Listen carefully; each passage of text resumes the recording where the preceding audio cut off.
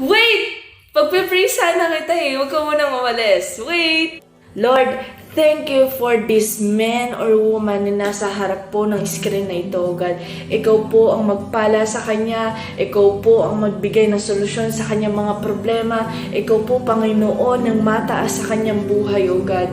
Lord, patawarin mo kami sa aming mga pagkakasala sa iyo, sa isip, sa salita, man o sa gawa. Sinasadya man po namin o hindi, O God. Ikaw po ang manguna sa bawat isa. Lord, kung ano man po ang karumihan na nakikita mo sa aming puso, linisin mo to, tanggalin mo, Panginoon, ang bahid ng kasalanan sa aming mga puso at sa aming mga isipan.